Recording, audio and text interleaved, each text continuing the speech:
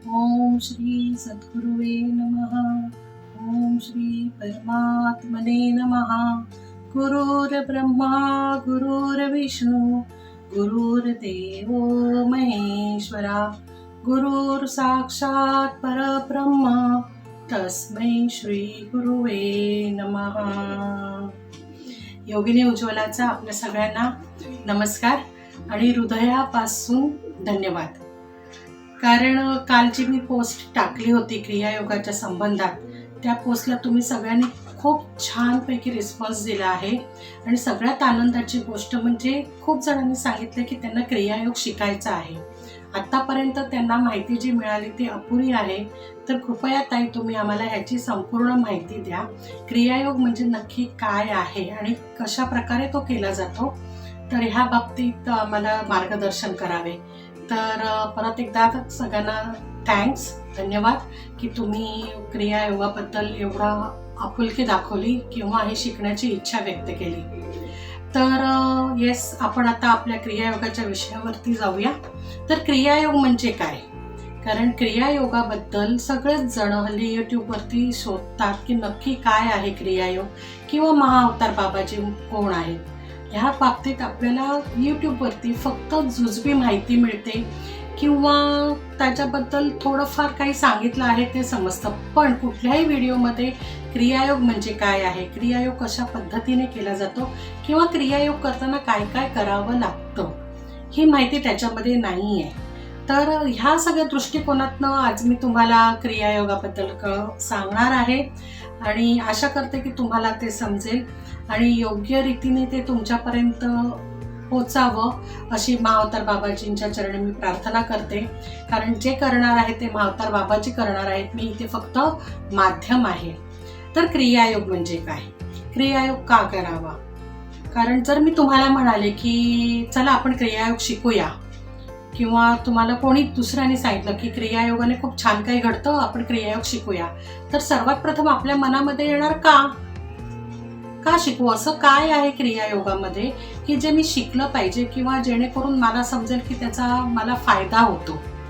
कारण आपण प्रत्येक गोष्ट करायच्या आधी पटकन बुद्धी आपल्याला विचारते की का, आणि हे सहज आहे ही गोष्ट.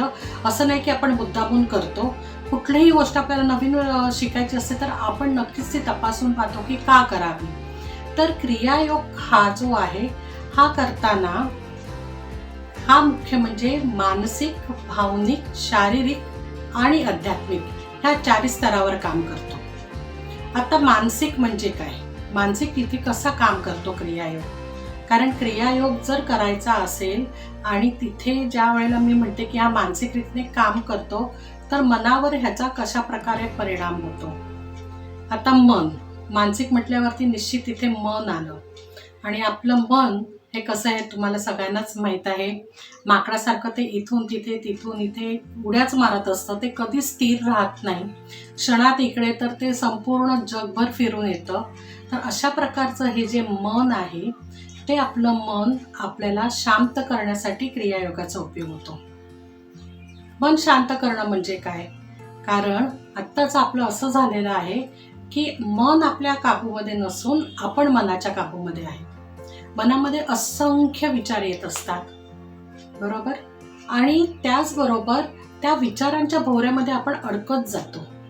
आपण जराही विचार करत नाही की नक्की आपलं काय चालू आहे. शरीर एका बाजूला काम करतंय, मन दुसऱ्या बाजूलाच काम करतंय, विचारांचं नुसतं काबूल माजलेलं असतं. तर अशा वेळेला ज्या वेळेला आपण क्रियायोग शिकतो त्यावेळेला आपल्या मनातले असंख्य विचार किंवा विचारांचं काहूर आहे हे हळूहळू शांत होतं आणि ते खूप गरजेचं आहे. कारण मनातले विचार आपल्यावरती असंख्य रीतीने काम करत असतात, आपल्या नकळत आपल्या शरीरावरती देखील काम करत असतात, ज्याचा आपल्याला कल्पनाच नसते. पण मनाच्या आधी देखील एक गोष्ट येते, ती म्हणजे आहे बुद्धी. कारण बुद्धीला प्रत्येक गोष्ट तोलून मापून योग्य रीतीने जर समजली आणि जर पटली तरच बुद्धी ती गोष्ट ॲक्सेप्ट करते आणि त्याच्यानंतरच ती अप्लाय करते किंवा त्याच्यानंतरच त्याचा ती अभ्यास करायला लागते. तर बुद्धी म्हटल्यावरती मेंदू आले, राईट. मेंदूमध्ये आपले 2 मेंदू आहेत आणि त्या मेंदूच्या न्यूरॉन्स आहेत आणि हे न्यूट्रॉन्स जे आहेत हे कशा प्रकारे वाढणार? बघा, आपण शरीराकरता आपल्याला रक्तपुरवठा हवा, आपल्याला ताकद हवी, ह्याकरता आपण शरीराकरता काय करतो? जेवतो. आणि जितकं चांगलं जेवण असेल तेवढं आपण म्हणजे म्हणतो ना न्यूट्रिशियस जेवण आपण जेवायचा प्रयत्न करत असतो, जेणेकरून आपली ताकद वाढेल, आपल्याला जास्त स्टॅमिना मिळेल. तर हे शरीराकरता झालं. मनाकरता आपण काही ना काही वाचन करतो, जिथे पॉझिटिव्ह विचार आहे, जिथे मोटिवेशनल स्पीच आहे ते आपण ऐकतो. पण न्यूट्रॉन्स जर वाढवायचे असते तर कशा प्रकारे वाढवणार? असं काय करू आपण की आपल्या मेंदूमध्ये न्यूट्रॉन्स वाढतील? तर त्याकरता फक्त आणि फक्त तुम्ही योग करू शकता, शारीरिक कसरती करू शकता, म्हणजे तुम्ही जिमला जाऊ शकता, तुम्ही चालू शकता. ह्या प्रकारे जेव्हा तुम्ही ॲक्टिव्हिटीज करतात, फिजिकल ॲक्टिव्हिटीज आणि योग जेव्हा करता, त्यावेळेला तुमच्या शरीरातील न्यूट्रॉन्स हे वाढतात. मग हे म्हणजे बौद्धिकरित्या देखील म्हणजे सायंटिफिकरित्या देखील आपल्याला क्रियायोग हा महत्त्वाचा ठरतो. मानसिक तर मी आता तुम्हाला सांगितलं की आपल्याला मनाला काबूमध्ये ठेवायचं आहे, त्याकरता आपल्याला क्रियायोग शिकायचा आहे. आणि दुसरी गोष्ट आहे पुढची म्हणजे भावनिक. तर भावनिक म्हणजे आपण तर सदानकदा त्या भावनेच्या हिंदोळ्यावरती झुलत असतो, कधी डावीकडे, कधी उजवीकडे, कधी पुढे, कधी मागे. आपल्या भावना सदानकदा वर येतच असतात. आणि भावना, माणूस आहे म्हटल्यावरती भावना या निश्चित आल्या आणि सगळे त्याच्यामध्ये राग, लोभ, मोह, सगळे सगळे सगळे षड्रिपू आले त्याच्यामध्ये. तिथे आपण ते थांबू शकत नाही. ज्यावेळेला आपल्याला परमेश्वराने पाठवलं त्यावेळेला पूर्ण पेटी पॅक करून व्यवस्थित पाठवलं आहे. असं नाही की कोणाला कमी कोणाला जास्त, पण सगळ्यांना सगळं काही दिलेलं आहे. तर ह्या भावना देखील आपल्या मनावरती किंवा आपल्या शरीरावरती खूप काम करतात. आता ह्याचं उदाहरण द्यायचं म्हटलं तर राग आला. राग आल्यावरती आपण काय करतो? लगेच आपण रिॲक्ट होतो. ही एक भावना झाली, राईट? आणि त्याच्यानंतर आपण न विचार करता की ह्याचा काय परिणाम होईल किंवा हे कशा प्रकारे समोरच्याला इफेक्ट होईल विचारच करत नाही आणि डायरेक्ट रिॲक्ट करून मोकळं होतो. आणि जेव्हा त्याच्याकडनं परत आपल्याला तोच बॉल आपल्या कोर्टमध्ये येतो की नाही जोरात, मग त्यावेळी कुठं अरे आपण हे काय करून बसलो. कारण बॉल जसा आपण अप टू जमिनीवर, त्याच प्रकारे तो परत उंच उडून तो आपल्याकडेच येतो. असं नाही की तो तिथेच थांबला. त्याचप्रमाणे ज्या वेळेला आपण रागाच्या भरामध्ये एखादी गोष्ट सांगतो किंवा एखाद्याला बोलतो तर त्याचे निश्चित दुष्परिणाम हे आपल्यावरती असतात. आणि त्यानंतर काय होतं की ती व्यक्ती बोलून जाते, सगळं करून जाते आणि नंतर आपण मात्र त्याच इमोशनमध्ये किंवा त्याच सिच्युएशनमध्ये अडकून राहतो. तर ही जी भावना आहे, राग आहे, मोह आहे, लोभ आहे, तर हे जे आहे ते आपल्यावरती काम करतात. मग हे नसावेत का? आपण कलियुगामध्ये आहोत आणि आपल्याकडे तर हे परमेश्वराने करूनच पाठवलंय आपल्याला, तर मग हे नसावेत का? निश्चित असावेत. पण ह्याचा कसा सदुपयोग करून घ्यावा हे आपल्याला क्रियायोग शिकवतो. आता स्वार्थ, आपण एक उदाहरण घेऊया. स्वार्थ. तर स्वार्थ का नसावा? आता मला क्रियायोग शिकवायचा आहे, राईट? तर हा माझा स्वार्थ आहे. पण जर क्रियायोग शिकवण्याच्या मागे माझा दुसरा हेतू असेल तर त्या ठिकाणी तो निश्चितच चुकीचा झाला. किंवा एखादी व्यक्ती म्हणेल की मला मोठं घर पाहिजे, मला मोठी गाडी पाहिजे आहे, किंवा मला माझा चांगला बँक बॅलन्स पाहिजे आहे. निश्चित आजची ती काळाची गरज आहे. पण हा स्वार्थ आपण कशा प्रकारे वापरतो? आपण पैसा कमावण्यासाठी चुकीचा मार्ग अवलंबतो का? आपण पैसा कमवण्यासाठी दुसऱ्याला त्रास देतो का? किंवा दुसऱ्याचा आपण ओरबाडून घेतो का? ह्या जेव्हा गोष्टी येतात ना त्यावेळेला मग त्याचे स्वार्थाचे डेफिनेशन बदलतात. निश्चित प्रत्येक माणसाने प्रगती केलीच पाहिजे आणि प्रगती करताना स्वार्थ हा असलाच पाहिजे की जेणेकरून माझं भलं व्हावं आणि त्याचबरोबर माझ्या कुटुंबाचं भलं व्हावं. ज्या वेळेला ह्या स्वार्थाने किंवा ह्या विचाराने आपण तो काम करतो त्यावेळेला स्वार्थ जरी तो असला तरी पण त्याचे अर्थ हे वेगळे लागतात. तर अशा प्रकारे बुद्धी झाली, मन झालं, भावना झाल्या. आणि पुढचं आहे शारीरिक. ताई तुम्ही मला पाहत आहात, सर्दी, खोकला, बीपी, डायबिटीज, ॲसिडिटी, नंतर मायग्रेन, वर्टिगो, पॅरालिसिस, ट्यूमर, नंतर वेट लॉस, वेट गेन, अजून आपले रोजचे किती आजार आहेत, रोज आपल्याला चालूच आहेत. आपल्या आता आजारांची लिस्ट वाढलेली आहे. पूर्वी आपल्याला मोजके आजार असायचे, पण आता हे बघा ही लिस्ट वाढत चालली आहे.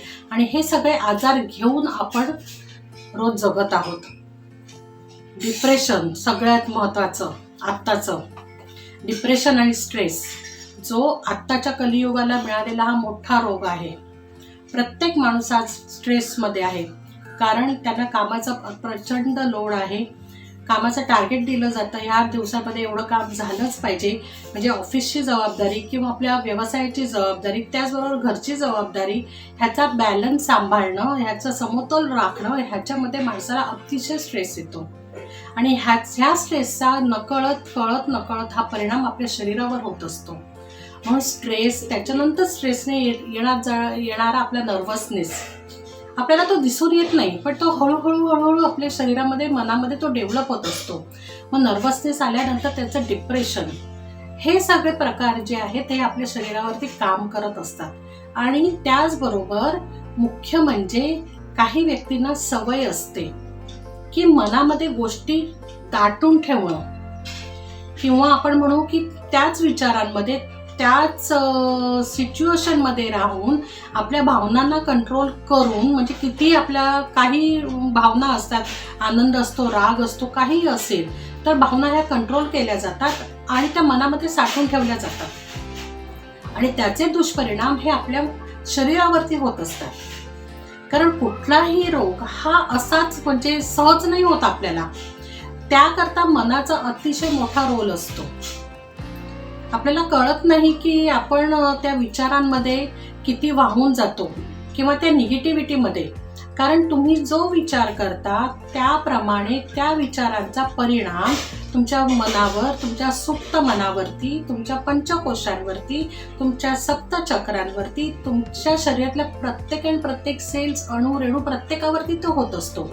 आणि ते इतकं साठतं की तुम्ही जो विचार करता तोच विचार तुम्ही युनिव्हर्सला पाठवता. तुम्ही युनिव्हर्स म्हणा, एनर्जी म्हणा, भगवंत म्हणा, व्हॉट एव्हर यू से, तिथे तो विचार पाठवला जातो आणि तसंच आपल्याबरोबर घडतं. आणि मग आपण काय म्हणतो, हो माझ्याबरोबर हे असंच घडतं, मी एवढं सगळ्यांचं करते किंवा करतो पण माझ्याबरोबर असंच घडतं. हे कोणी निर्माण केलं? हे स्वतः आपण निर्माण केलेलं असतं. कारण जे पिंडी ते ब्रह्मांडी, आणि जे ब्रह्मांडी आहे तेच पिंडी आहे. त्यामुळे निगेटिव्हिटीपासून दूर राहणं आणि आपण पॉझिटिव्ह असणं हे अत्यंत गरजेचं आहे. आणि त्याकरता हा क्रियायोग महत्त्वाचा ठरतो.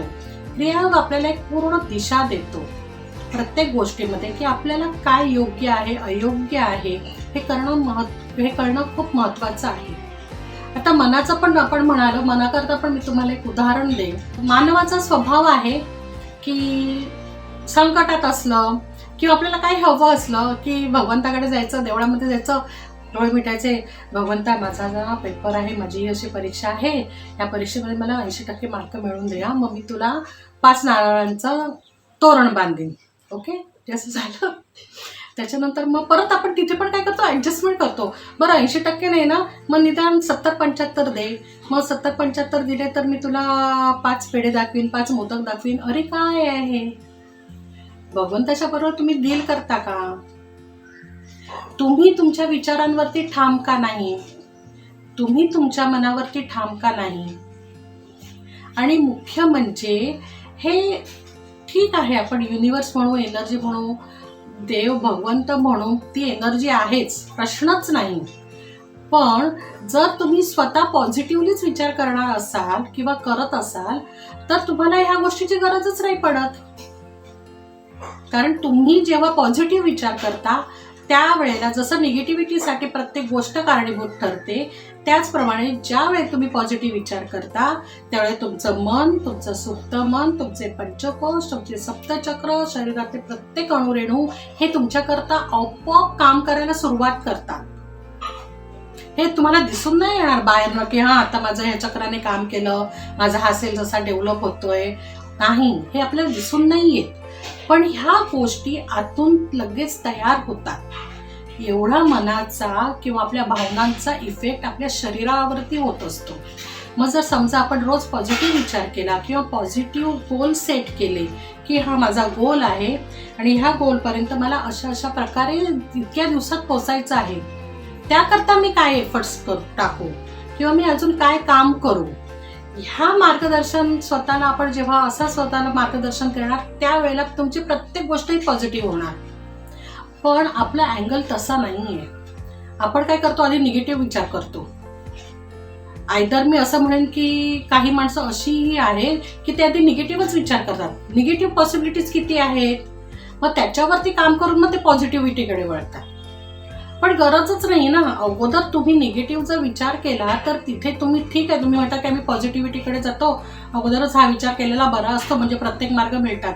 पण जर तुम्ही तुमचा विचार जर पूर्ण पॉझिटिव्ह ठेवला तर नक्कीच तुमचा गोल देखील हा व्यवस्थित सक्सेसफुल अचीव होतो. युनिव्हर्सकडे म्हणा, भगवंताकडे म्हणा किंवा ह्या एनर्जीकडे म्हणा, तुम्ही काय मागता त्याचबरोबर तुम्ही कसं मागता त्याला खूप महत्त्व आहे. आणि इथेच आपण मुख्य म्हणजे चुकतो. आपल्याला फक्त मागायचं आहे, हे दे हे दे हे दे हे दे हे दे. अरे पण ते कशा प्रकारे ह्याचा आपण विचार नाही करत. आणि मग जो आपण विचार करतो तो योग्य आहे अयोग्य आहे त्याचप्रमाणे आपल्याला परत युनिव्हर्सकडनं मिळतं. आणि चांगलं झालं तर आपण लगेच खुश असतो आणि जेव्हा नाही होत त्यावेळेला नक्कीच आपण निराश होतो किंवा हे माझ्याबरोबर असं का घडलं. अशा प्रकारे ह्या गोष्टी आपल्या रोजच्या आयुष्यात घडत असतात. माणसांबद्दलचं उदाहरण द्यायचं म्हटलं तर आपण समोरच्याला म्हणतो की तू चूक आहेस किंवा बरोबर आहेस. पण मुळात मी तुम्हाला असा प्रश्न विचारेन की आपल्याला हा अधिकार कोणी दिला एखाद्याला चूक किंवा बरोबर ठरवायला. आपण कोणाला नाही सांगू शकत की तू चूक आहे का बरोबर आहे. आणि जर तुम्हाला तसं सांगायचं असेल तर त्याकरता तुम्ही स्वतः तेवढे परफेक्ट आहात का, बघा स्वतःला विचारून. आपण कोणीच परफेक्ट नाही आहे, प्रत्येकामध्ये प्लस मायनस आहे. आणि ॲज इट इज समोरच्या व्यक्तीला ॲक्सेप्ट करणं, त्याच्यातून मार्ग काढणं, त्या सिच्युएशनमधनं मार्ग काढणं आणि पुढे जाणं हे शहाणपण आहे. म्हणजे बघा मी तुम्हाला काय काय सांगितलं. बौद्धिक सांगितलं, बौद्धिक फायदे म्हणजे आपले न्यूट्रॉन्स वाढतात. मानसिक सांगितलं म्हणजे आपण मनावरती काम करतो, राईट. त्याच्यानंतर मी तुम्हाला शारीरिक सांगितलं जेणेकरून आपण सगळ्या रोगांपासून मुक्त होतो. आणि त्याचनंतर सर्वात शेवटचं म्हणजे आहे आध्यात्मिक. कारण आपण जेव्हा हे सगळं करत असतो कुठे ना कुठेतरी आपण थकून जातो.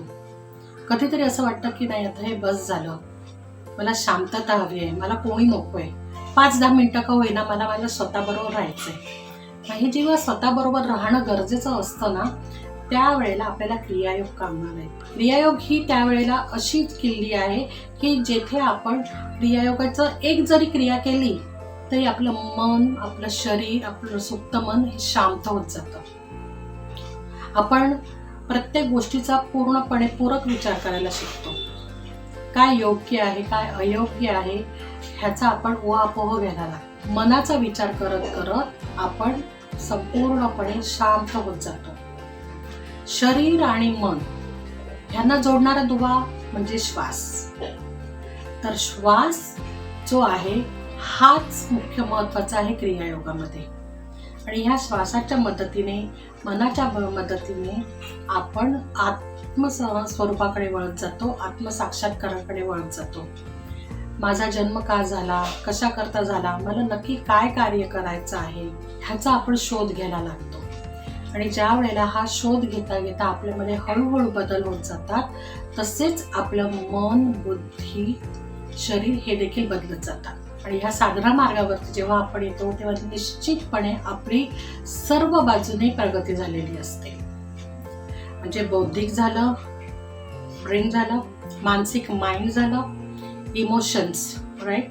त्याच्यानंतर शारीरिक आणि त्याचबरोबर आध्यात्मिक. मग जर समजा आपण मन बघितलं, भावना बघितल्या, शरीर बघितलं आणि आध्यात्मिक बघितलं म्हणजेच आपण धर्म, अर्थ, काम आणि मोक्ष ह्या ज्या आपल्या गोष्टी आहेत ह्याच्यावरतीच आपण काम करतो.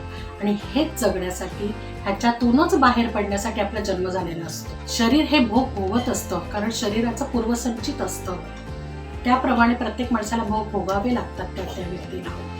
पण आत्म्याचा प्रवास हा अतिशय वेगळा आहे. आत्म्याला स्वतःचा प्रवास करण्यासाठी शरीराचा उद्यम घ्यावा लागतो, त्याच्याशिवाय आत्मा प्रवास करू शकत नाही.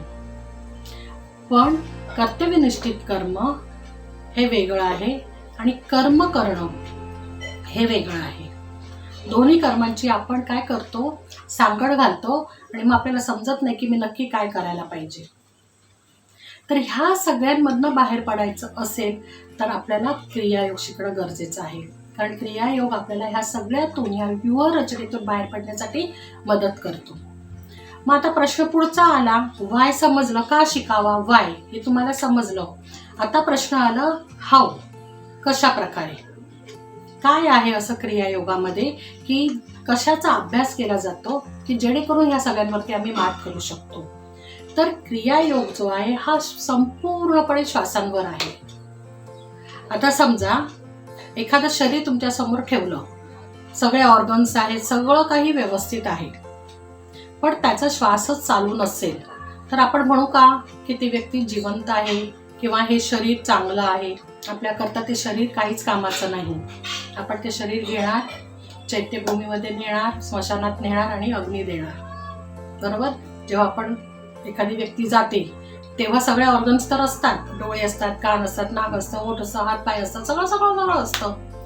पण श्वास बंद झाला आणि हा श्वास हा किती महत्वाचा आहे आणि तो श्वास कशा प्रकारे घ्यायला हवा, त्या श्वासाची मात्रा कशी असावी, ती मात्रा किती प्रमाणात घेणं गरजेचं आहे, म्हणजे क्रिया आहे. खूप छोटी गोष्ट आहे श्वास, कारण आपण तो खूप इझिली घेतोय, कारण तो आता फुकट आहे. ज्या वेळेला श्वासाकरता देखील आपल्याला ऑक्सिजन सिलेंडर लावावे लागतील किंवा आपल्याला समजेल अरे ते ऑक्सिजनच नाही राहिलाय, आपल्याला सिलेंडरच कॅरी करायचंय आणि त्याची जेव्हा आपल्याला किंमत मोजावी लागेल त्यावेळेला आपल्याला त्या श्वासाचं महत्त्व पटेल. कारण आता आपल्याला ऑक्सिजन अतिशय मुबलक प्रमाणात फुकट मिळतोय, त्यामुळे आपल्याला माहित नाही आपला श्वास कसा चालू आहे. आपण काय म्हणतोय, मी रोज जेवतोय, खातोय, पितोय, झोपतोय, मजा करतोय, फॅमिलीबरोबर फिरतोय, सगळं काही करतोय, म्हणजे मी मस्त आहे. पण असं नाहीये. आपला श्वास जो आहे अतिशय महत्वाचा आहे. श्वासाची प्रत्येक मात्रा किंवा आपण किती श्वास घेतो ह्याच्यावरती आपलं आयुष्याचं मोजमाप ठरलेलं आहे. आता लोकांना तुम्ही पाहत असाल, तुम्ही युट्यूबवरती सर्च केलं असेल की महाअवतार बाबाजी 2500 वर्ष झालेत की ते जिवंत आहेत. मग कसे जिवंत आहेत? कारण ते कितीतरी वर्षांनी एक श्वास घेतात आणि आता ते सूक्ष्म रीतीने लोकांना भेटतात देखील. हे आपल्या बाबतीत शक्य आहे का? निश्चित शक्य आहे. का नाही शक्य? जर आपण आपल्या श्वासांचं गणित आपण शिकलो तर निश्चित आपल्याला माहिती आहे आपण किती श्वास घ्यायचे, ते कसे घ्यायचे, त्याची मात्रा काय आहे. हे जर आपल्याला गणित समजलं तर निश्चितच आपलं आयुष्य देखील वाढणार आहे. असे अजूनही कितीतरी योगी मुनी आहेत, नर्मदेच्या काठावरती पण आहेत. कारण श्वास हा अतिशय अतिशय आपल्याला की इतकं जीवनदान देतो. आपण श्वास घेतो म्हणजे काय घेतो? ऑक्सिजन घेतो. ऑक्सिजन घेतो म्हणजे काय घेतो? प्राणवायू घेतो. प्राणवायू म्हणजेच आपल्यातली प्राणशक्तीच आपण वाढवत असतो, जी आपल्याला जन्मताच मिळालेली आहे, पण आपल्याला त्याची किंमत नाही. सगळ्यात प्रथम क्रियायोगामध्ये श्वास शिकवला जातो. श्वास जेव्हा शिकवला जातो त्याच्यानंतर हा श्वास ज्या नाड्यांनी आपण घेतो, चंद्रनाडी, सूर्यनाडी, म्हणजे डावी नाकपुडी आणि उजवी नाकपुडी, राईट. पण ह्याच्या व्यतिरिक्त अजून एक नाडी आहे, सुषुम्ना नाडी. ही नाडी देखील तेवढीच महत्वाची आहे आणि तेवढीच कारणीभूत आहे आपलं रोजचं आयुष्य जगण्याकरता. ह्या तिन्ही नाड्या आपल्या रोज सुरू असतात. ह्या तिन्ही नाड्यांवरतीच संपूर्ण आपला श्वास निर्भर असतो. ह्या तिन्ही नाड्यांवरतीच आपण आपली आध्यात्मिक, शारीरिक प्रत्येक प्रगती करू शकतो. ह्या नाड्यांचा अभ्यास आपल्याला केला जातो. आता आपल्या शरीरात किती नाड्या आहेत? सगळेजण म्हणतील 72,000, कारण हल्ली सगळं इझी अवेलेबल झालंय युट्यूबवरती. तर तसं नसून 3,25,000 नाड्या आहेत. सगळ्या सूक्ष्म नाड्या सगळ्या जर आपण पकडल्या तर 3,25,000 नाड्या आहेत. त्याच्यातनं 72,000 नाड्या ज्या आहेत त्या आपल्या नाभीमधून त्याचा उगम आहे आणि त्याच्यावरती आपण काम करतो. तर ह्या सगळ्या नाड्यांचा अभ्यास करणं, ह्या नाड्या कसा काम करतात ह्या 3 नाड्या आपल्या शरीरात काम करतात. त्याचबरोबर ह्या तिन्ही नाड्यांचा आपल्या मेंदूंवरती देखील परिणाम होतो. कारण डावा मेंदू जो आहे तो उजव्या बाजूला कंट्रोल करतो आणि उजवा मेंदू जो आहे तो डाव्या बाजूला कंट्रोल करतो. मग जी व्यक्ती जास्त राईटी आहे किंवा मोस्टली आपण राईटी आहोत तर आपला डावा मेंदू जास्त ऍक्टिव्हेट आहे, उजवा मेंदू आपला आराम, बस मला काय कामच नाही. तो म्हणतो ठीक आहे नका देऊ काम, मी झोपतो. तर उजव्या मेंदूला देखील आपल्याला काम द्यायचंय. दिलाय ना परमेश्वराने आपल्याला, तो काय फुकट दिला असाच दिलाय का? त्याचं पण काम आहे. मग ते काम करण्यासाठी जेव्हा आपण क्रियायोग शिकतो, जेव्हा श्वास शिकतो, नाडी शिकतो आणि त्या सगळ्या नाड्यांद्वारे जेव्हा तो ऑक्सिजन आपल्या दोन्ही मेंदूंना मिळतो त्यावेळेला आपले दोन्ही मेंदू काम करतात. आपण काय काय शिकलो? नाड्या, श्वास शिकलो, नाडी शिकलो, त्याच्यानंतर मेंदूपर्यंत आलो. ह्याच्यानंतर हा क्रियायोग आपल्या सप्तचक्रांवर काम करतो. तर ह्याच सप्तचक्रांवरती देखील क्रियायोग काम करतो. त्या चक्रांमध्ये अडकलेल्या आपल्या भावभावना या आहेत त्या क्लीन केल्या जातात. म्हणजे त्यांचं चक्रांचं क्लिन्झिंग केलं जातं. क्लिन्झिंग केल्यानंतर त्यांचं बॅलन्सिंग होतं, त्यांचं ॲक्टिव्हेशन होतं. आणि नंतर जेव्हा आपण ह्या सगळ्या गोष्टींवरती आपला कंट्रोल यायला लागतो हळूहळू, असं नाही की ते चुटकीमध्ये होणार आहे, तर हळूहळू जशी जशी आपली साधना वाढणार, जसं जसं आपण रोज त्या मार्गावरती हळूहळू चालणार, टप्प्याटप्प्याने पुढे जाणार, त्यावेळेला ह्या सगळ्या गोष्टींवरती आपला कंट्रोल येतो. त्यावेळेला आपण साधना मार्गामध्ये प्रगती करत करत योगीपर्यंत पोहोचू शकतो. बरं, मग योगी बनणार आम्ही म्हणजे आम्हाला संसार सोडायचा का? ताई, आम्ही संसार नाही सोडू शकत, आमचं लग्न झालंय, आमची मुलं लहान आहेत. तर असं काहीही नाहीये. महाअवतार बाबाजींनी असं कधीही सांगितलं नाहीये की तुम्ही संसार सोडा, हिमालयात बसा किंवा कुठेतरी जा आणि तिथे तपश्चर्या करा आणि तुम्ही योगी व्हा आणि तेच करा. अजिबात नाही. कारण क्रियायोग जो आहे हा मूलतः कलियुगीन माणसासाठीच केलेला आहे. आताच्या काळामध्ये जर आपण 2 मिनिटं जरी शांत चित्ताने शरीर, मन, आपला आत्मा सगळं एकत्र करून 2 मिनिटं जरी भगवंताचं नाव घेतलं, त्याला मनापासून हृदयापासून नमस्कार केला, तरी पण तो भयंकर मोठा झाला आहे, अतिशय मोठा आहे. भगवंताला आता माहित आहे की काय काळ चालू आहे, कारण केलं त्यांनीच निर्माण केलेलं आहे. तर 1 मिनिटं किंवा 2 मिनिटं जेव्हा आपण भगवंताचं नाव घेतो किंवा आपण एखादी साधना करतो, तर 1,00,000 वर्ष ज्या वेळेला एखादा योगी तपश्चर्या करून त्याला जे फलित मिळेल ते कलियुगीन माणसाला क्रियायोग करून मिळतं. बघा एवढं सोपं करून दिलं आपल्याला. तुम्ही संसारामधनं बाहेर जाऊ नका, हिमालयात पोहोचू नका, घर बसल्या करा, पण तरी देखील माणसं करत नाहीत.